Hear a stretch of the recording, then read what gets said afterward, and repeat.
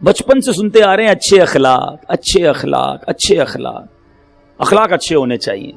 اچھے اخلاق کہتے کس کو ہیں میرے بیچ اسلامی بھائیوں؟ نبی پاک علیہ الصلوۃ والسلام کا ایک شاندار قول ذرا سنیے، حدیث سنیے۔ آقا فرماتے تم لوگوں کو اپنے اموال سے خوش نہیں کر سکتے۔ کچھ لوگ کہتے ہیں میں پیسے بانٹ دوں گا لوگ میرے قریب آ جائیں گے، نہیں، پیسے سے لوگوں کو خوش نہیں کیا جا سکتا۔ آقا فرماتے لیکن تمہاری خندہ پیشانی اور خوش اخلاقی انہیں خوش کر سکتی ہے۔ مسکراہٹ جو ہے نا، نرم دلی، اخلاق، یہ پیسوں سے زیادہ کارآمد ہے۔ بعض لوگ جب مال ہوتا ہے تو سمجھ لیں میں سب کے دل میں اتر جاؤں گا۔ پیسے سے دل نہیں خریدے جاتے۔ آپ کسی کے جسم پر تو حکومت کر سکتے ہیں، لیکن اگر دلوں پر حکومت کرنی ہے تو وہ اخلاق کے ذریعے ہوگی، وہ محبت کے ذریعے ہوگی، وہ مسکراہٹ کے ذریعے ہوگی۔ نبی پاک علیہ الصلوۃ والسلام فرماتے ہیں قیامت کے دن آپ جاننا چاہیں گے میزان عمل لگے گا نا، سب سے زیادہ وزنی عمل کون سا ہوگا؟ ظاہر ہے جتنا وزنی ہوگا نیکیوں کا پلڑا بھاری ہو جائے گا۔ آقا فرماتے کل قیامت کے دن بندہ مومن کے میزان عمل میں حسن اخلاق سے زیادہ وزنی کوئی عمل نہیں ہوگا، اور بے شک فحش گوئی اور بد کلامی کو اللہ عز و جل پسند نہیں فرماتا۔ دا موسٹ پاورفل ڈیڈ، سب سے زیادہ وزندار جو میزان عمل پر عمل ہے وہ حسن اخلاق ہے۔ ہماری توجہ ہی نہیں ہے۔ بعض اوقات ہم نمازیں پڑھ رہے ہوتے ہیں، روزے بھی رکھ رہے ہوتے ہیں، عبادتیں بھی کر رہے ہوتے ہیں، اخلاق پر کتنی توجہ ہے ہماری؟ بچپن سے سنتے آ رہے ہیں اچھے اخلاق، اچھے اخلاق، اچھے اخلاق، اخلاق اچھے ہونے چاہیے۔ اچھے اخلاق کہتے کس کو ہیں؟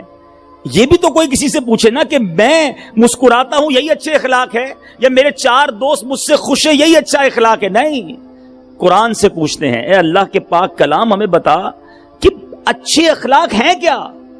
قرآن مجید فرقان حمید میں رب عز و جل ارشاد فرماتا ہے، ترجمہ کنز الایمان، اے محبوب معاف کرنا اختیار کرو اور بھلائی کا حکم دو اور جاہلوں سے منہ پھیر لو۔ امیر المومنین سیدنا مشکل کشا کرم اللہ تعالی وجہ الکریم فرماتے ہیں کہ رسول اللہ صلی اللہ تعالی علیہ وسلم نے مجھ سے فرمایا کیا میں اگلوں اور پچھلوں کے بہترین اخلاق کے متعلق تمہاری رہنمائی نہ کروں؟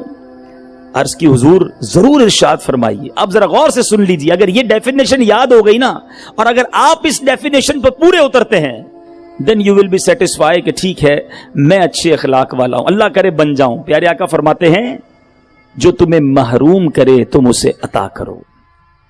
ہاں ہے امتحان، جو تمہیں محروم کرے تم اسے عطا کرو، جو تم پر ظلم کرے تم اسے معاف کر دو، اور جو تم سے تعلق توڑے تم اس سے جوڑو۔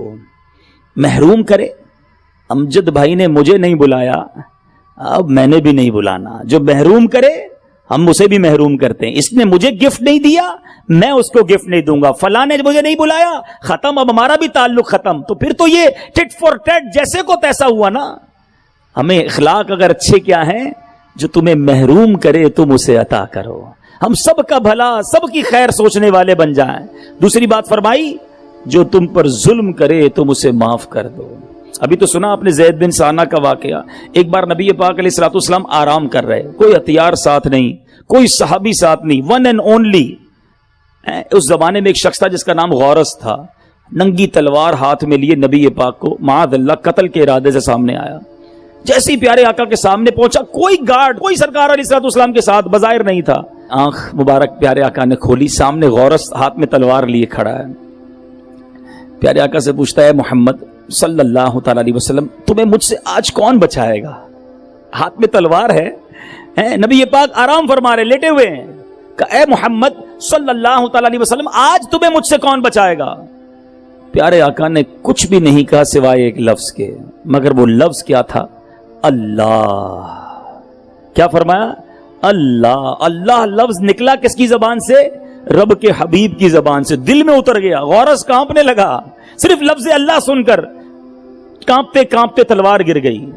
نبی پاک نے وہ تلوار اٹھائی، فرمایا غورث اب تجھے کون بچائے گا مجھ سے؟ کہتا ہے آپ کریم ہیں، آپ ہی معاف فرما دیں۔ نبی پاک فرمایا جا میں نے تجھے معاف کر دیا۔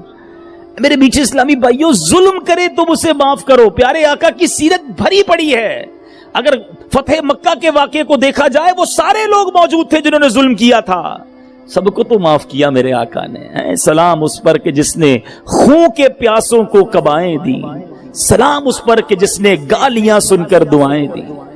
میرے آقا اور صحابہ نے یہ پروف کیا کہ ظلم کرنے والوں کو معاف کیا. ہم کرتے ہیں معاف؟ نہیں جناب, میں نہیں چھوڑوں گا, اس نے مجھے ستایا, اب میں بتاؤں گا میں کون ہوں. اور واقعی ہم بتا دیتے ہم کون ہیں. جب بندہ بدلہ لیتا ہے تو پتہ چل جاتا ہے وہ کون ہے.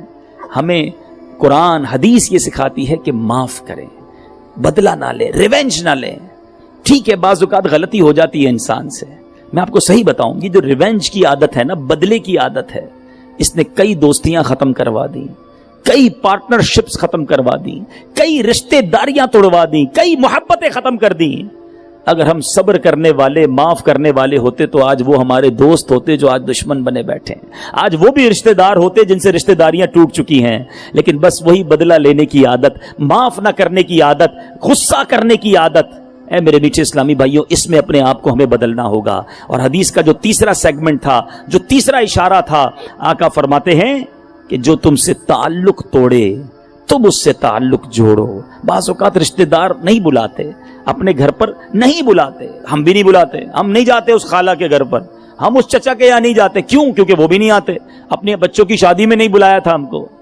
یہ اخلاق نہیں ہے. آپ ایک بار آگے بڑھ کر انہیں بلا تو لیجئے, انشاءاللہ رشتہ داری شروع ہو جائے گی. تھوڑی سی لائف ہے, خوش ہو کر جی لیجئے, رشتہ داریاں محبتیں بانٹ کر جی لیجئے. اور یہی میرے آقا علیہ الصلوۃ والسلام کی خوبصورت تعلیمات ہے. میں ایک ایسا واقعہ سنانے جا رہا ہوں, جب میں نے پڑھا نا رونگٹے کھڑے کر دیتا ہے. اگر باپ ہو, کوئی بھی دنیا کا باپ ہو, اور اس کی بیٹی کے ساتھ یہ واقعہ ہو جائے, کیسے صبر کرے گا, کیسے وہ ریونج نہیں لے گا. اور یہ والد کون تھے اور یہ بیٹی کون سی تھی, ذرا سنیے اور ایمان تازہ کیجئے. نبی پاک علیہ الصلوۃ والسلام کی شہزادی, والد ہیں میرے آقا, شہزادی ہیں حضرت زینب رضی اللہ تعالی عنہا. ان کے شوہر ابو العاص بن ربی نے غزوہ بدر کے بعد مدینہ منورہ کے لیے روانہ کیا. اب یہ خبر قریش مکہ کو, کفاران مکہ کو پہنچ گئی کہ بی بی زینب جا رہی ہے مدینہ. اب وہاں خیر سے پہنچ گئی تو پھر تو یہ بھی امن میں آ جائیں گی. وہ نہیں چاہتے تھے نا کہ لوگ ایک ایک کر کے مدینہ شریف پہنچ جائیں. میٹھے اسلامی بھائیوں, اب کیا ہوا, ان کفار نے حضرت زینب کا پیچھا کیا. مقام زی طوا پر بی بی زینب رضی اللہ تعالیٰ عنہ کو روک لیا گیا. حضرت زینب کو حبار بن اسود, نام یاد رکھیے گا, حبار بن اسود نے نیزہ مارا. میرے آقا کی شہزادی ہیں. جب وہ نیزہ مارا نا تو آپ اونٹ سے نیچے گری, زخمی تو ہوئی, آپ اس وقت حاملہ تھی, پریگننٹ تھی, آپ کا حمل ضائع ہو گیا.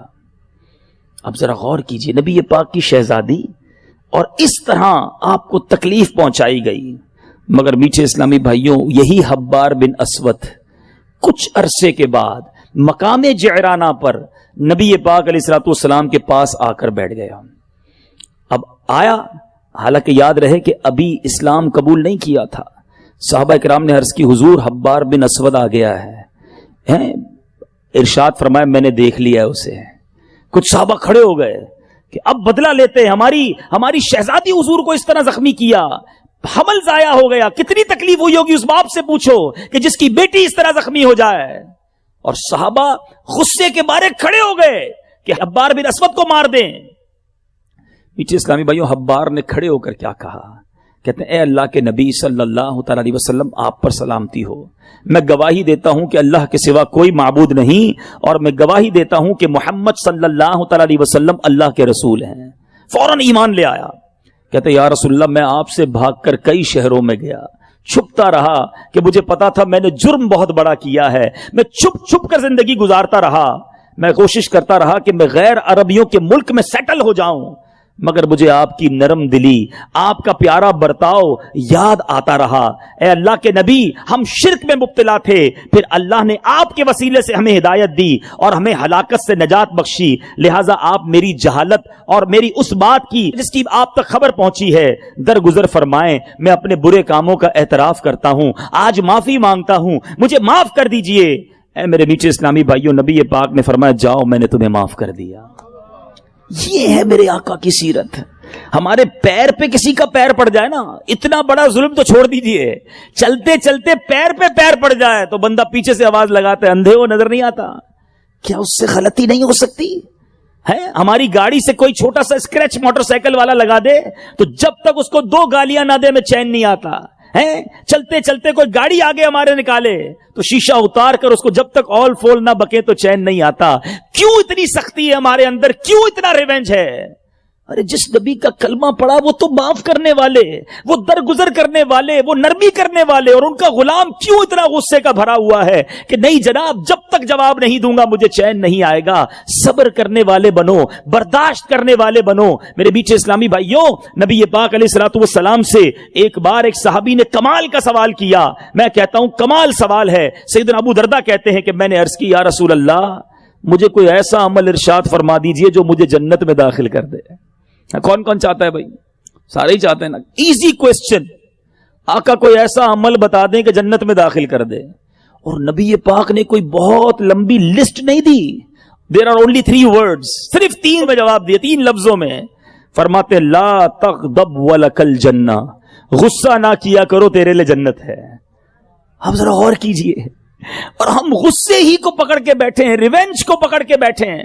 اور جتنا بندہ پاور میں آتا ہے نا، غریب ہوتا ہے تو تھوڑا نرم ہوتا ہے کیونکہ بگاڑ نہیں سکتا کسی کا.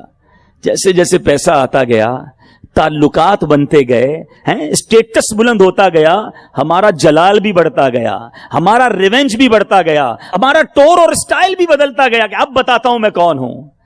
میرے آقا فرشتوں کے آقا ہیں مگر چٹائی پر سونے والے ہیں، نبیوں کے سردار ہیں مگر غریبوں کے ہاں دعوت کھانے والے ہیں. میرے آقا کونین کے والی ہیں مگر جان کے دشمنوں کو معاف کرنے والے ہیں. میں اور آپ تو ان کے قدموں کی خاک کے برابر بھی نہیں نا. پھر کس بات کا غرور ہے؟ پھر کس بات کا فخر ہے؟ پھر کس بات کا ریونج ہے؟ نہیں میرے بیچے اسلامی بھائیوں، یہ ہم غلط لائن پہ چلے گئے ہیں، یہ ہم غلط روٹ اپنا بیٹھے ہیں. یہ اسلام نہیں ہے، یہ شریعت نہیں ہے، یہ نبی پاک کا طریقہ نہیں. غزوہ احد کا موقع، میرے آقا کے چہرے کو زخمی کر دیا گیا، لہو لہان، خون بہ رہا ہے، مگر زبان پر کیا جاری تھا؟ نبی پاک فرماتے اللہم اہدی قومی فانہم لا یعلمون. اے اللہ عز و جل میری قوم کو ہدایت عطا فرما کیونکہ یہ لوگ مجھے نہیں جانتے.